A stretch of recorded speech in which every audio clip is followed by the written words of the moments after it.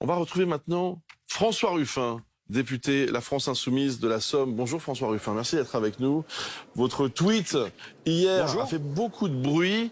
Vous dénonciez la hausse des prix des carburants qui, on le sait, est constante depuis plusieurs mois maintenant. Vous évoquiez ce plein à plus de 100 €, le premier de votre vie, disiez-vous. Vous savez aussi que c'est malheureusement une réalité pour énormément de Français depuis un petit moment aussi. Mais surtout, l'occasion de ce tweet était de dénoncer la politique du gouvernement.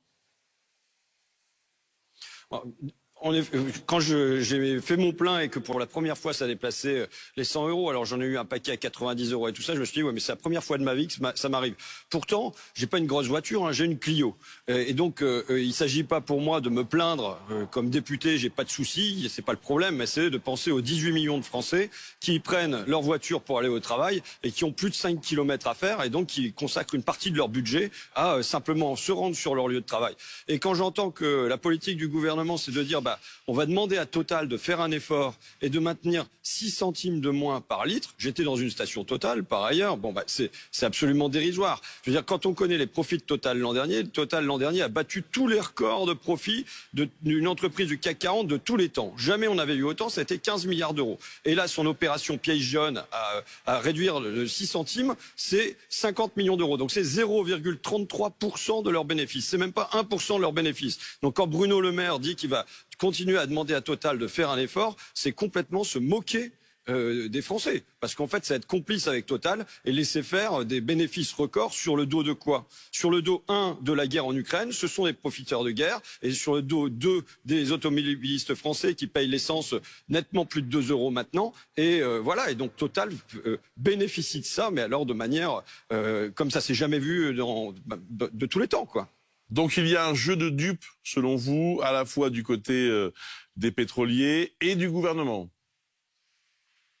Ah bah oui, c'est évident ils font semblant de demander à Total de faire un effort. D'abord, on n'a pas à demander à Total de faire un effort. Je veux dire, quand il s'agit de peser sur les citoyens, on l'a vu pendant la crise du Covid, on ne demande pas aux Français de faire un effort, on leur interdit de sortir de chez eux, on leur fait remplir des papiers, on les empêche d'aller faire pisser leur chien à plus d'1 kilomètre. On sait être très dur avec les citoyens. Et puis dès qu'il s'agit des multinationales, là c'est plus on impose des règles et on impose de payer. Non, c'est on demande de faire un effort. Non, les Français quand ils payent leurs impôts, on leur demande pas de faire un effort, on leur fait payer des impôts. Donc voilà, là il ne s'agit pas de demander à Total de faire un effort, il s'agit de dire qu'il ne doit pas y avoir de bénéfices sur le dos d'une essence qui a dépassé les 2 € et sur le dos de la guerre en Ukraine. Alors quand en plus je vois le PDG de Total qui se permet de faire des tribunes dans le journal du dimanche pour réclamer pour dire aux Français c'est à vous de faire un effort, vous devez consommer moins d'essence, consommer moins d'énergie. Enfin vraiment c'est le monde à l'envers. Donc il faut qu'il y ait des règles et que là aujourd'hui, vous savez, la France est presque une exception en Europe, parce qu'il y a des tas de pays qui ont imposé les groupes pétroliers, les groupes d'énergétiques. Il y a la Grande-Bretagne de Boris Johnson, qui est un pays de droite. Il y a l'Espagne, il y a l'Italie, il y a la Bulgarie, il y a la Roumanie, il y a toute une série de pays qui ont décidé de prendre des mesures exceptionnelles pour taxer ceux qui profitent d'une énergie hyper chère. Pour moi, simplement, la règle numéro 1, ça devrait être qu'il n'y a pas de profit à faire sur le dos de la guerre en Ukraine et sur le dos des Français qui payent leur essence à plus de 2 €. Point barre. Alors, François Ruffin, c'est toujours très compliqué de faire un débat en duplex. Allez-y. Oui, allez-y. Oui. Allez-y. J'ai oublié. J'ai fait le calcul. Et il se trouve que si on divise ces 5 milliards d'euros là par les 18 millions d'automobilistes français qui prennent leur voiture pour aller au travail, ça fait 100 € par mois. 100 € par mois. Non pas 6 centimes, non pas 18 centimes, mais 100 € par mois. Donc ce sont des sommes absolument considérables là qui échappent aux citoyens pour servir à quoi? Pour servir très massivement aux actionnaires de Total. Monsieur Pouyanné, le PDG de chez Total, s'est augmenté de 52% l'année dernière. Est-ce que c'est pas se moquer du monde? Pendant que les Français payent leur essence à plus de 2 €, Monsieur Pouyanné, le PDG de Total, s'augmente de 52%. Et est-ce que Monsieur Le Maire, le ministre de l'économie, est-ce que Monsieur Macron, est-ce que que Madame Borne a levé le petit doigt devant Monsieur Pouyanné pour dire bon, peut-être vous augmentez par ces temps-ci avec la guerre aux portes de l'Europe qui vous bénéficie et avec l'essence à plus de 2 € qui vous bénéficie. Est-ce que c'est décent? Non, c'est pas décent. Vous ravalez votre augmentation. Ils n'ont pas levé le petit doigt pour dire ça. C'est-à-dire qu'on a un pouvoir politique qui laisse faire le pouvoir économique. Plutôt que de les réguler, il laisse faire le pouvoir économique. Alors que, je dis toujours, ce sont des fauves face aux citoyens, on l'a vu pendant le Covid, mais ce sont des carpettes face aux multinationales. François Ruffin, je le disais, difficile de faire un vrai débat quand on est en duplex, mais je voudrais vous faire entendre deux avis peut-être un peu différents. D'abord sur les fameux profits. Emmanuel Le Chypre, journaliste économique, est avec nous en plateau. Les fameux super profits de Total. Je vous ai souvent entendu Emmanuel dire ici, et je me demande d'ailleurs si vous ne pourriez pas le dire aussi à François Ruffin, il y a une différence entre ce qu'on imagine les fameux super bénéfices et aussi les investissements que fait Total. Là, pour le coup, il y a quand même une partie du sujet sur lequel François Ruffin a raison. Ouais. Très clairement, si vous voulez, il faut pas mettre en danger une entreprise. Alors d'abord, il y a quand même un point, c'est que Total, jusqu'à preuve du contraire, n'a de compte à rendre à personne et pas à l'État français. Donc moi, je veux bien qu'on impose, qu'on oblige, qu'on contraigne Total à tout ce qu'on veut. Concrètement, il faut en avoir les moyens juridiques. Imposer aux Français par la loi de ne pas sortir de chez eux, l'État peut le faire. Diriger Total, entre guillemets, l'État aujourd'hui ne peut pas le faire.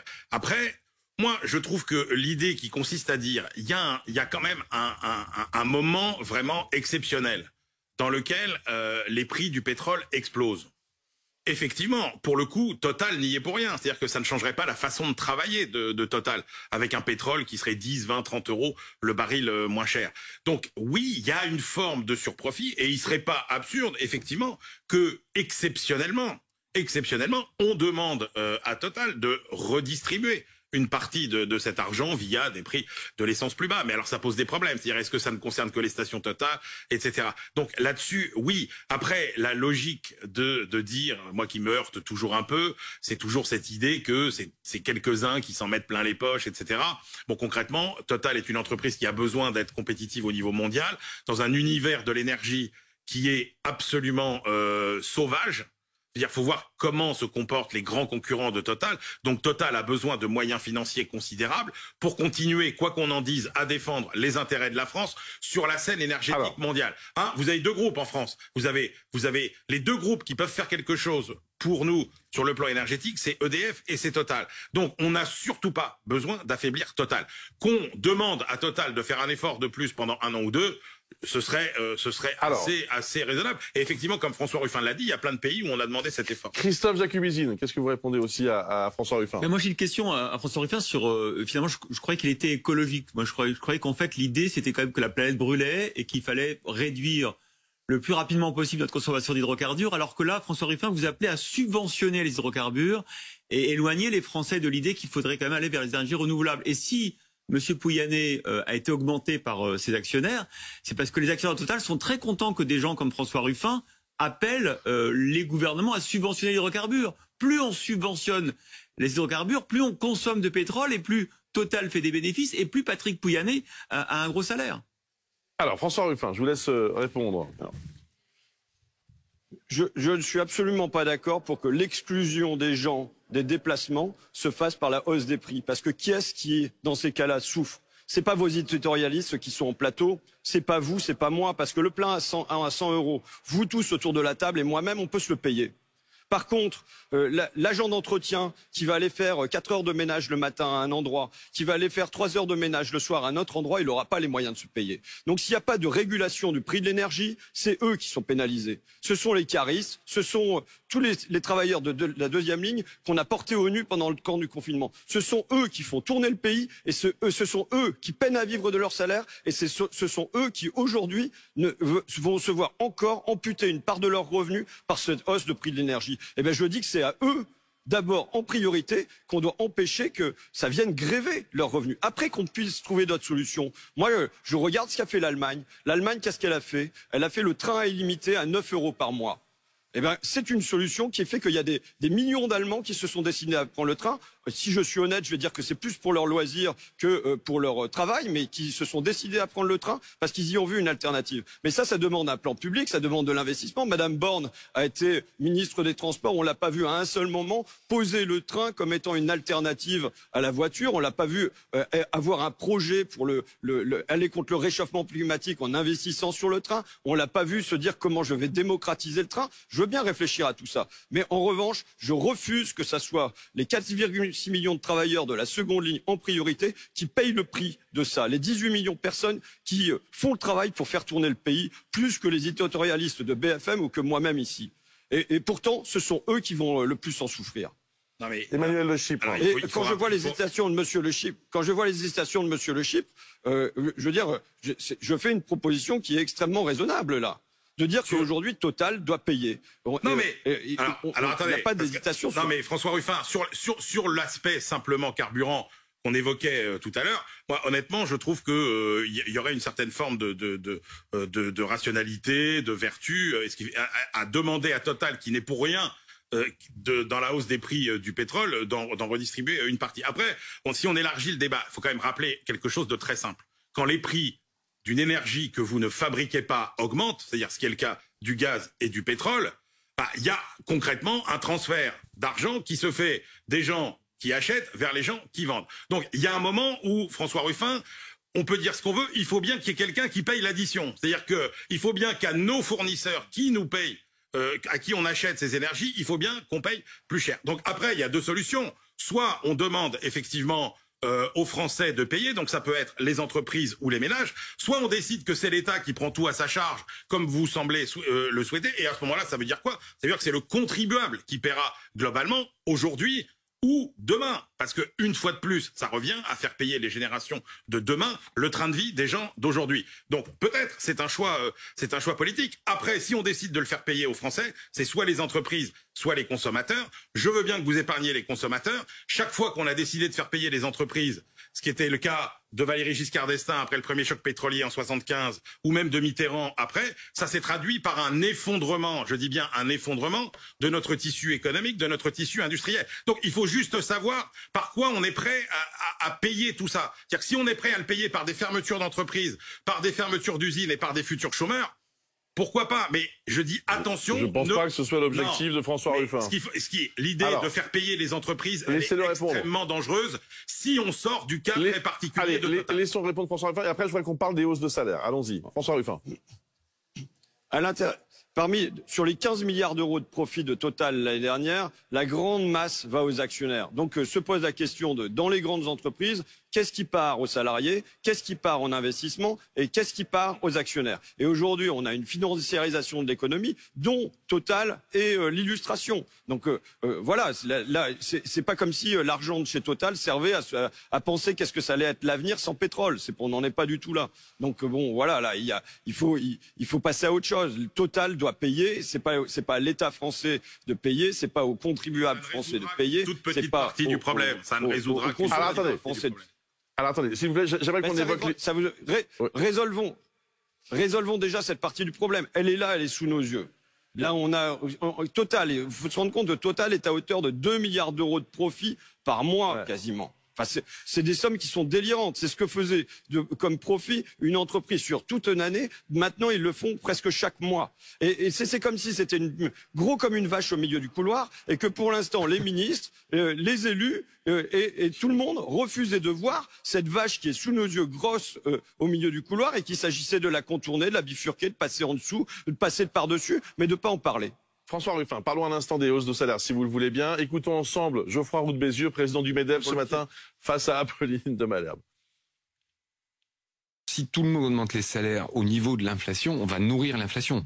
Je vais donner un exemple très simple. Quand vous êtes restaurateur, 70% de vos coûts, c'est les salaires.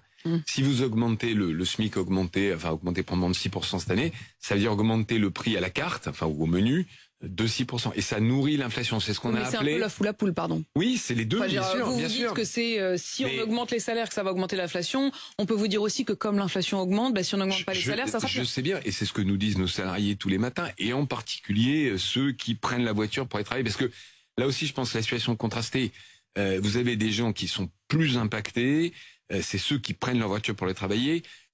Christophe Jacubizine, moi je pensais que cette histoire de hausse des salaires, tout le monde était d'accord, même le MEDEF. Là, il y a un petit... Non, le MEDEF est d'accord marche arrière quand même. Hein. Sur des augmentations ciblées en fonction de la santé des entreprises. Ce que dit, je crois, Aude Bézieux en l'occurrence, c'est que le risque, effectivement, c'est légitime que les salariés réclament des montants de salaire compte tenu de l'inflation. Mais si on le fait de manière générale, c'est-à-dire sans tenir compte des entreprises qui ont de la marge, de celles qui peuvent répercuter ensuite sur le prix de leurs produits et celles qui ne le peuvent pas, le risque, effectivement, c'est de revenir à la situation des années 70 que certains d'entre nous ont connue, dans lesquelles, en fait, on avait des inflations de 13-14% au début des années 80 même, où là, en fait, tout le monde y perd. Parce qu'en fait, on n'arrive jamais à rattraper cette course folle des prix avec les salaires. L'épargne des Français s'efface comme peau de chagrin avec l'inflation. C'est un autre système économique. Et c'est vrai qu'on a expérimenté depuis une vingtaine d'années un système plus vertueux, où on arrive à gérer les hausses de prix, les contenir, et que finalement le pouvoir d'achat progresse parce que les prix ne flambent pas. Regardez les pays où l'inflation est galopante, demandez aux salariés si le fait qu'on rattrape ça le mois d'après avec leur salaire, si c'est une situation satisfaisante. Non. Et le risque, effectivement, c'est d'enclencher cette spirale. François Ruffin. Oui. Et je m'oppose évidemment à ce que vient de raconter votre éditorialiste. Moi, je suis favorable à une indexation des salaires, des retraites et des allocations sur l'inflation. Ça veut dire quoi? Ça veut dire que quand l'inflation grimpe de 6%, eh ben on a automatiquement une montée des salaires, des retraites et des minima sur l'inflation. C'est quelque chose qui était pratiqué jusqu'en 1982, jusqu'à temps qu'on fasse la désindexation. C'est quelque chose qui est maintenu dans un certain nombre de pays, comme la Belgique et le Luxembourg, sans que ça ait conduit à leur perte. Pourquoi je dis ça? Parce que votre invité, il parle de la course folle que ça risquerait d'avoir. En revanche, on plafonne pas du tout la course folle des super profits. Quand le CAC 40 fait 140 milliards d'euros de bénéfices cette année, c'est quoi? C'est 60% de plus que son précédent record. Moi, je dis toujours que quand on est en sport, quand on gagne 1 centième de seconde de 100 mètres, on est super content, le record du monde, il est battu. Quand on grimpe de 1 centimètre, on est super content, on a battu le record du saut en hauteur. Mais là, que fait le CAC 40? Il fait plus 60% par rapport à son précédent record de 2007, il me semble. Donc là, il s'agit de se dire, mais comment on fait pour avoir un plafonnement de ces super profits? Comment on fait pour que ça soit pas ces super profits qui produisent de l'inflation? Je veux dire, pendant un mandat de Macron, les 5 premières fortunes françaises ont fait plus que tripler. Donc on a une hyperinflation des grandes fortunes, et en revanche, c'est le gavage en haut, et en revanche, il s'agit de rationner en bas et de se dire, les gens vont devoir se serrer la ceinture, parce que quand on a 5% d'inflation sur à peu près les produits alimentaires, sans parler du fioul, et dans mon coin, vous savez, quand on est dans la Somme, qu'est-ce qui se passe? En vérité, on n'est pas 5% d'inflation, on est à sans doute 7-8%, c'était calculé par des économistes, parce qu'on utilise davantage sa voiture pour se rendre au travail, parce qu'on se chauffe au fioul.